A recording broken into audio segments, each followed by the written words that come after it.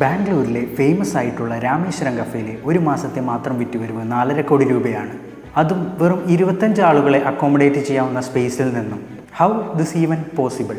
ആദ്യം നമുക്ക് അവരുടെ സെയിൽസ് കണക്കുകൾ നോക്കാം. Monthly sales 4.5 crores, gross margin 70%, bills per day 7,500. അതും വെറും 10x സ്ക്വയർ ഫീറ്റ് സ്പേസിൽ നിന്നും. രാമേശ്വരം കഫേയുടെ യുണീക്ക് സ്ട്രാറ്റജി എന്താണെന്ന് അറിയാമോ? ക്വാളിറ്റി ആൻഡ് ഹൈജീനിൽ ഏറെ ശ്രദ്ധ കേന്ദ്രീകരിക്കുന്നതിലൂടെ ബാംഗ്ലൂരിലെ മറ്റ് ലോക്കൽ റെസ്റ്റോറൻറ്റുകൾ വെച്ച് കമ്പയർ ചെയ്യുമ്പോൾ രാമേശ്വരം കഫേ കുറച്ച് കോസ്റ്റ്ലിയർ ആണ്. കാരണം ക്വാളിറ്റിയിലും ഹൈജീനിലും ഫുഡ് ഡെലിവറി ചെയ്യുന്നത് കൊണ്ടാണ്. എന്നിരുന്നാൽ പോലും അവിടുത്തെ അർബൻ ക്രൗഡിന് ഈ വിലയിൽ യാതൊരു കംപ്ലൈൻറ്റുമില്ല. രണ്ടാമത്തെ ഫാക്ടറായി വരുന്നത് small menu and small restaurant policy.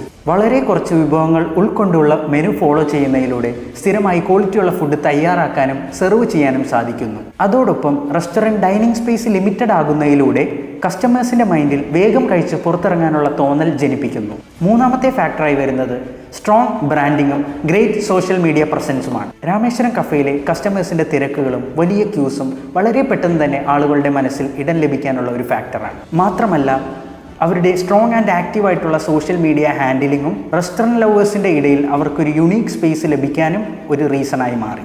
നാലാമത്തെ ഫാക്ടറായി വരുന്നത് രാമേശ്വരം കഫേ ടീമിൻ്റെ ലൊക്കേഷൻ സെലക്ഷൻ തന്നെയാണ്. ബാംഗ്ലൂരിലെ തന്നെ പ്രീമിയം സൗത്ത് ഇന്ത്യൻസ് അക്കോമഡേറ്റ് ചെയ്യുന്ന ഇന്ദ്രാനഗറിൽ സൗത്ത് ഇന്ത്യൻ റെസ്റ്റോറൻറ്റുകളുടെ അഭാവവും സൗത്ത് ഇന്ത്യൻ ഡിഷസിൻ്റെ ലഭ്യതക്കുറവും വലിയ പ്രശ്നമായിരുന്നു. സോ രാമേശ്വരം കഫേ റെസ്റ്റോറൻറ്റ് അവിടെ തുടങ്ങിയപ്പോൾ തന്നെ വളരെ പെട്ടെന്ന് എസ്റ്റാബ്ലിഷ്ഡും പോപ്പുലറുമാവാൻ ലൊക്കേഷൻ അവരെ സഹായിച്ചു.